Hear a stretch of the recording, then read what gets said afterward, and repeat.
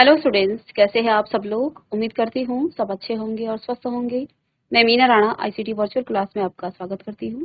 Students, हम पढ़ रहे हैं क्लास 11th की मैथमेटिक्स। सर्ट थ्योरी आप पढ़ चुके हैं। इसी चैप्टर के ओवरव्यू और साथ में डाउट क्वेश्चन हम कर रहे थे। तो देखिए, हमने प्रीवियस लेक्चर में आपको यहाँ पर सर्ट थ्योरी के बारे में ओवरव्यू बताया था कि सर्ट थ्योरी में आप क्या क्या चीजें पढ़ने वाले हैं। सर्ट थ्योरी में सबसे पहले आपने सेट क्या होता है ये पढ़ा है। सेट क्या है? एक वेल डिफाइंड कलेक्शन है किसका? एलिमेंट्स का। और सेट के एलिमेंट्स को आप रोस्टर और टेबुलर दो फॉर्म में आप इसको रिप्रेजेंट कर सकते हैं। एम्प्टी सेट क्या होता है? एक ऐसा सेट जिसमें कोई भी एलिमेंट ना हो, उसे आप एम्प्टी सेट कहते हैं। ये आप पढ़ भी चुके हैं। एम्प्टी सेट को आप वॉइड सेट कहते हैं, साथ में इसे आप नल सेट भी कहते हैं। और डिनोट किया जाता है कर्ली ब्रेसेस के अंदर, आपका खाली रहेगा, ये आपका एम्प्टी सेट कहलाता है, या फिर इसे फाई से आप डिनोट कर सकते हैं। इसके बाद आपने फाइनाइट और इनफाइनाइट सेट पढ़ा। फाइनाइट सेट जिसके एलिमेंट्स को, एक ऐसा सेट जिसके एलिमेंट्स को आप काउंट कर सकते हैं, वो आपका फाइनाइट सेट कहलाता है। अब इनफाइनाइट जिसके सेट्स के एलिमेंट्स को आप काउंट नहीं कर सकते हैं, वो आपका इनफाइनाइट सेट कहलाता है। सबसेट क्या होता है? A set A is said to be subset of set B if every element of A is also an element of B। तो यहाँ पर A जो है सबसेट होगा B का। कब? जब A में वो सभी एलिमेंट होंगे जो B में भी है। तो यहाँ पर जो A होगा, A जो है सभी एलिमेंट के लिए, if A belongs to A, A अगर सेट A का एलिमेंट है तो वो B का भी होगा, तभी वो आपका सबसेट कहलाएगा। तो यहाँ पर कुछ सेट्स आपको बताए थे। सेट ऑफ रियल नंबर को आप R से डिनोट करते हैं, सेट ऑफ इंटीजर को आप Z से डिनोट करते हैं, सेट ऑफ रैशनल नंबर को आप Q से डिनोट करते हैं, and set of irrational number को आप T से डिनोट करते हैं। इसके साथ साथ सेट ऑफ नेचुरल नंबर को आपने N से लिख लिया, सेट ऑफ होल नंबर को आप W से डिनोट करते हैं। ठीक है, तो ये आपके डिनोट करने वाले जो साइन है। तो यहाँ पर तो इस हिसाब से हम क्या कह सकते हैं, हमने आपको बताया था सबसे छोटा आपका नेचुरल नंबर, इसके बाद आपका होल नंबर आता है जिसको आप W से डिनोट करते हैं, फिर आपके इंटीजर आते हैं, इंटीजर के बाद आपके रैशनल नंबर आते हैं। ठीक है, तो इस तरह से आप इसे, और रैशनल नंबर आता है आपके किसके अंदर? आपके रियल नंबर के। रैशनल नंबर को आप Q से, ठीक है, और इसके बाद रियल नंबर को आप R से डिनोट करते हैं। तो यहाँ से आप क्या कह सकते हैं? N is a subset of W and W is a subset of Z, Z is a subset of Q। Z जो है Q का सबसेट है, इसको आप इस तरह से लिख सकते हैं, N is subset of W, W is a subset of Z and Z is a subset of Q and Q is a subset of R। ठीक है, सबसे छोटा सेट आपका N है यहाँ पर। ठीक है, नेचुरल नंबर का सेट, फिर आपका W यानी कि होल नंबर का सेट, फिर आपका Z यानी इंटीजर, फिर आपका रैशनल नंबर, और फिर आपका रियल नंबर। ये आपने नंबर सिस्टम में पूरे अच्छे से पढ़ा है, और मैं भी अभी आपको प्रीवियस लेक्चर में पढ़ाया था। ठीक है, तो अब सबसेट क्या है? N is a subset of Z and Z is a subset of Q and Q is a subset of R। ठीक है, T जो है यहाँ पर सबसेट है किसका? R का। T आपका क्या है? T आपका इरेशनल नंबर है। देखिए, रियल नंबर की दो ब्रांचें हैं, जो आपकी रियल नंबर हैं इसकी दो ब्रांचें हैं। सबसे पहले यहाँ पर आपका रैशनल नंबर है जिसको आप Q से डिनोट करते हैं, और दूसरा आपका T है जिसको आप इरेशनल नंबर कहते हैं। तो रैशनल नंबर के अंदर आपका इंटीजर आता है, इंटीजर के अंदर आपके होल नंबर आते हैं, होल नंबर के अंदर आपके नेचुरल नंबर आते हैं। तो अब देखिए, ये Q इसका सबसेट है, ये T जो है R का सबसेट है, लेकिन Q जो है T का सबसेट नहीं हो सकता, क्योंकि ये बिल्कुल डिफरेंट है, ये अलग है और ये अलग है। इसमें अलग तरीके के नंबर आएंगे और इसमें अलग तरीके के नंबर आएंगे, इसलिए Q जो है कभी भी T का सबसेट नहीं हो सकता है, और T जो है Q का सबसेट नहीं हो सकता है। इसलिए यहाँ पर T is the subset of R। T जो है R का तो सबसेट है, but Q does not subset of Q। T, ये Q जो है इसका सबसेट नहीं हो सकता, क्योंकि Q रैशनल नंबर अलग होते हैं, आपके रैशनल नंबर अलग होते हैं। नेचुरल नंबर आपका T का सबसेट नहीं है, क्योंकि नेचुरल नंबर इस ब्रांच में आता है रैशनल नंबर की तरफ। ठीक है ना, तो नेचुरल नंबर आपका इधर नहीं आएगा। इसके बाद आपने यहाँ पर इक्वल सेट की बात की, ये ओवरव्यू आप पढ़ लीजिएगा और साथ में इसे लिख भी लीजिएगा, और ये आपका एक तरह से क्विक रिवीजन भी है। और इसकी मदद से आपको जो है आपका जल्दी से रिवाइज भी हो जाएगा, साथ में आपके कॉन्सेप्ट भी क्लियर हो जाएंगे। फिर हमने इक्वल सेट की बात की थी, तो यहाँ पर दो सेट दिए गए हैं, सपोज ए और B. If every element of A is also the element of B, यदि ए के सभी एलिमेंट बी में हैं, and if every element of B is also an element of A, तब हम क्या कहेंगे, यानी कि अगर ए सेट में आपके पास कितने एलिमेंट हैं, 1 2 3 है, तो बी सेट में भी आपके क्या होंगे, 1 2 और 3 एलिमेंट होंगे। तो ये दोनों एक दूसरे में ए इज इक्वल टू बी हो जाएगा, ये इक्वल सेट कहलाते हैं, ठीक है ना। अब यहाँ पर आपके 4 interval, intervals as subset of R. R के सबसेट का आप इंटरवल में किस तरह से लिखते हैं, तो अब आइए यहाँ पर, तो ए बी आर को बिलोंग करते हैं, यानी कि आपके रियल नंबर हैं, और ए इज लेस देन बी, ए जो है बी से छोटा है, ठीक है ना। देन आप यहाँ पर an open interval denoted by, open interval को आप इस तरह से लिखते हैं। इसका मतलब क्या है कि एक्स सच दैट एक्स जो है ए से बड़ा है और बी से छोटा है, ठीक है। तो एक्स आपका ए से बड़ा है और बी से छोटा है। क्लोज इंटरवल को आप इस तरह से डिनोट करते हैं, स्क्वायर ब्रैकेट के अंदर आप ए और कॉमा बी लिखेंगे, और इसका मीनिंग क्या है, the set of real number x such that x जो है आपका ए से बड़ा भी है और ए के बराबर भी है, साथ में एक्स आपका बी से छोटा और बी के बराबर भी है। तो ये आपके क्लोज और ओपन इंटरवल हो गए। इसके बाद आपका वन साइड से क्लोज होगा और दूसरी साइड से आपका ओपन होगा। इसका मतलब क्या है, intervals close at one end and open at the other are given by। Interval आपको इस तरह से भी दिए जाएंगे, इधर से क्लोज है और इधर से ओपन है। तो अब आपको इतना ध्यान देना है, क्लोज जहां होगा वो इंक्लूड होगा, एक्स जो है ए है लेकिन एक्स बी नहीं है, क्योंकि यहाँ ओपन इंटरवल है। इधर से आपका ओपन है, यहाँ ए इंक्लूड नहीं है, बी की तरफ से आपका क्लोज है, ये आपका इंक्लूड है। तो यहाँ पर x इज ग्रेटर देन और equal to a and less than equal to b, इसका मीनिंग ये है। इसको आप जल्दी से नोट डाउन भी करिए। a इधर से आपका ओपन है, यहाँ क्लोज है, इसका मतलब x is greater then a and less then और इक्वल टू b, ठीक है ना। चलिए अब नेक्स्ट हमने यहाँ पर आपको पावर सेट के बारे में पढ़ाया था। पावर सेट क्या होता है, the collection of all subset. तो किसी भी सेट के जो सबसेट है उन सब का आपने कलेक्शन बनाना है, वही आपका पावर सेट कहलाता है, ठीक है ना। The collection of all subsets of set A, set ए के सभी सबसेट्स का कलेक्शन बनाना है, वही आपके पावर सेट कहलाते हैं। It is denoted by P A, तो इसका मतलब ये है power set of A.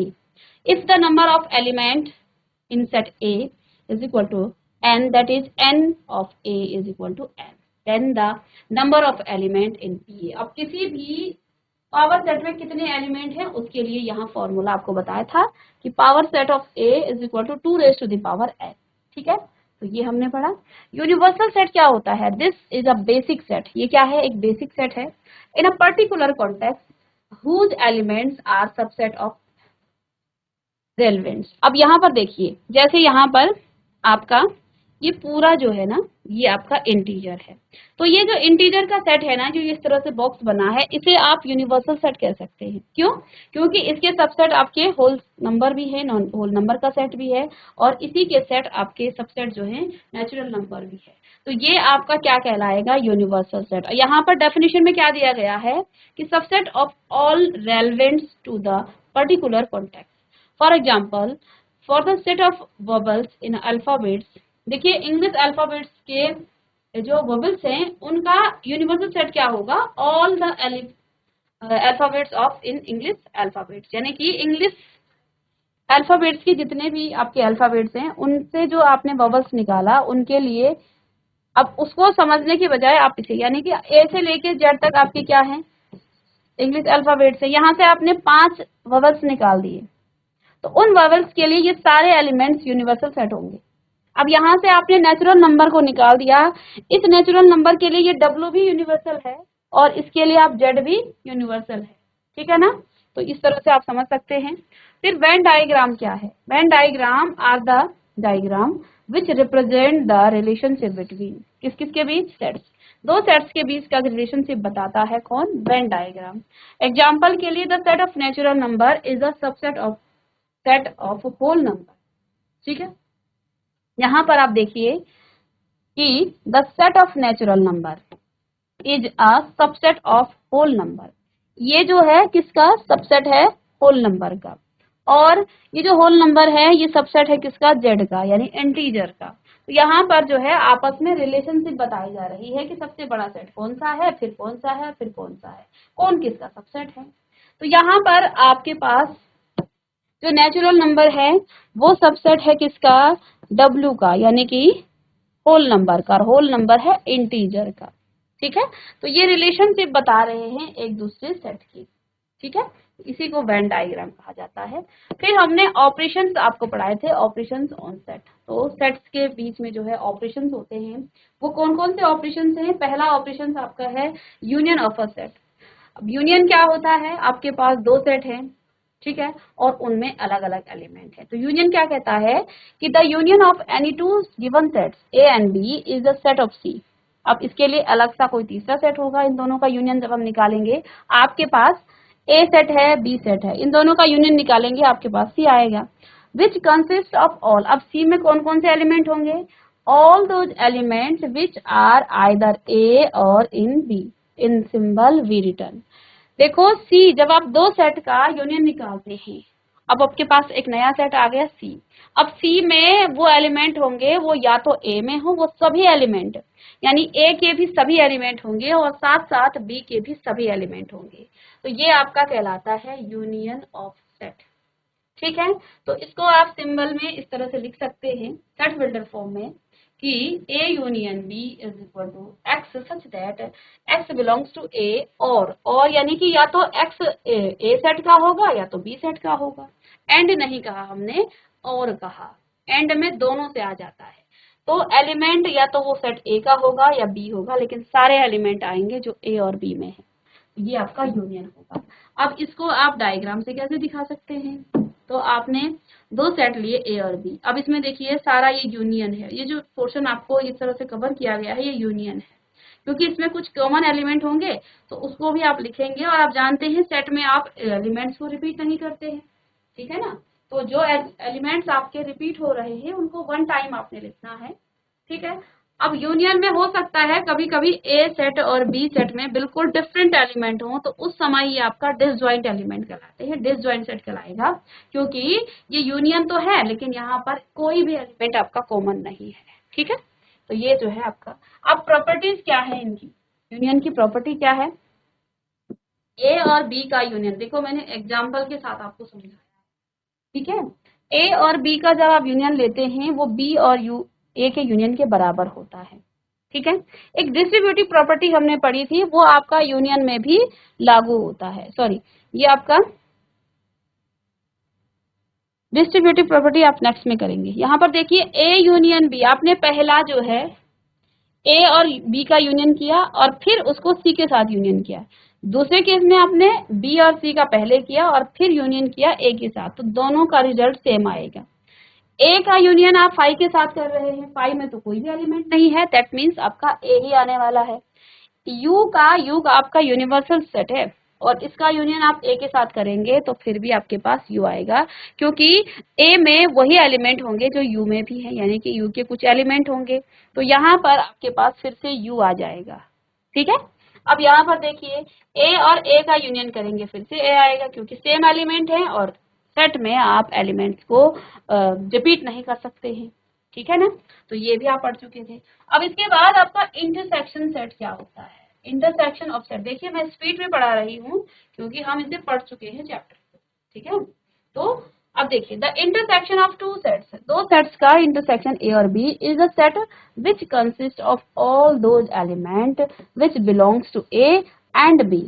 In symbolically आप इससे लिख सकते हैं, इंटरसेक्शन का साइन ये है एक्स सच दैट एक्स या तो ए को बिलोंग करेगा, नहीं या तो नहीं, या एक्स जो है ए को भी बिलोंग करेगा एंड बी को भी करेगा। यानी आपके पास इंटरसेक्शन के लिए अगर ए सेट में 1 2 3 एंड 4 एलिमेंट हैं तो, और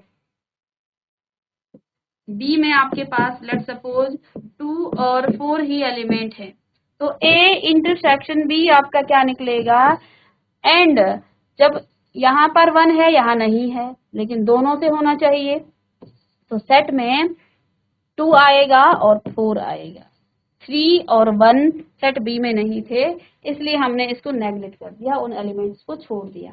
तो इंटरसेक्शन में आपके कॉमन एलिमेंट आते हैं और डायग्राम आप किस तरह से दिखाएंगे। तो डायग्राम देखिए, आप डायग्राम देखिए, इस तरह से आपका डायग्राम आएगा। ये इंटरसेक्शन का पोर्शन होगा, यानी कि जो कॉमन एलिमेंट है वही आपके इंटरसेक्शन के पोर्शन में आएंगे। ठीक है। और अगर कहीं पर आपका ए और बी, ये आपका क्या कलर, ये 5 आ गया, तो ये आपका डिसजॉइंट क्या है, सेट है।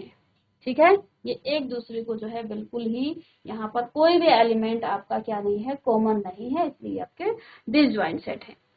और इसमें भी कुछ प्रॉपर्टीज हैं, इन प्रॉपर्टीज को आप लिख सकते हैं। पहली property, A intersection B is equal to B intersection A. तो ये जो रिवर्स आप पहले ए सेट का बी के करें, फिर बाद में बी का ए के साथ करें, दोनों ही सेम आने वाला है। फाई का इंटरसेक्शन ए के साथ करेंगे, तो फाई में तो एक भी एलिमेंट नहीं था, इसलिए इंटरसेक्शन में तो कॉमन चीजें आती हैं। तो देखो यहाँ पर आपके पास फाई ही आएगा।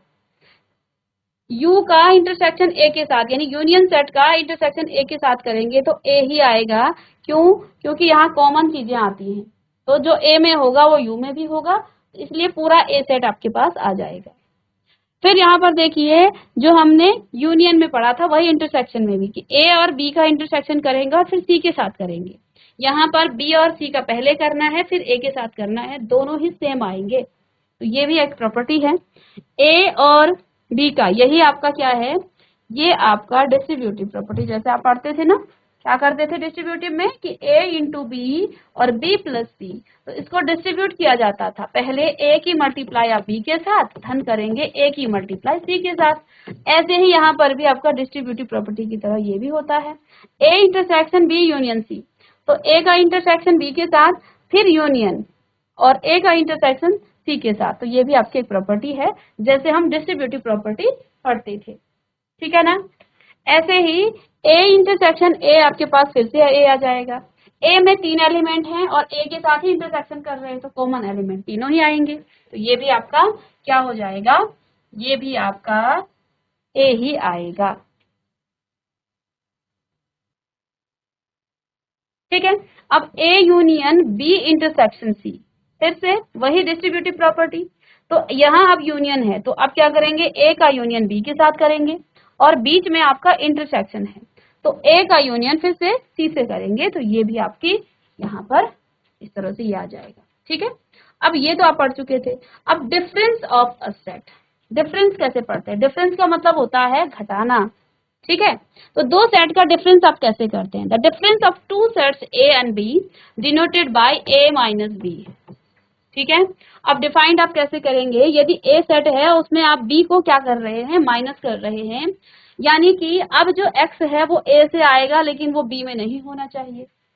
इसको मैं आपको ऐसे समझाऊं कि ए सेट में आपके पास क्या है, 1 2 3 4 एलिमेंट है, और बी सेट में आपके पास 2 और 4 एलिमेंट है सपोज।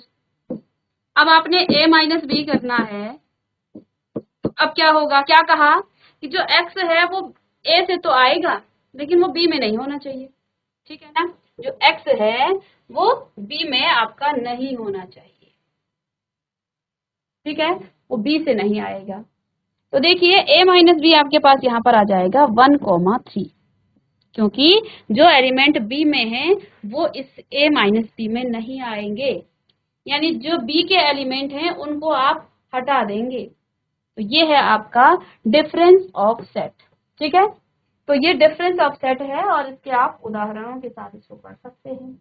अब नेक्स्ट यहाँ पर कॉम्प्लीमेंट ऑफ अ सेट, इसको हम नेक्स्ट क्लास में डिस्कस कर लेंगे कि कॉम्प्लीमेंट क्या होता है। ठीक है ना।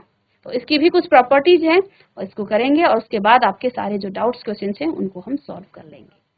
तो बच्चों मिलते हैं नेक्स्ट लेक्चर में कुछ और क्वेश्चंस के साथ, साथ में कुछ डाउट क्वेश्चंस के साथ और कॉन्सेप्ट के साथ। तब तक के लिए thank you and have a nice day.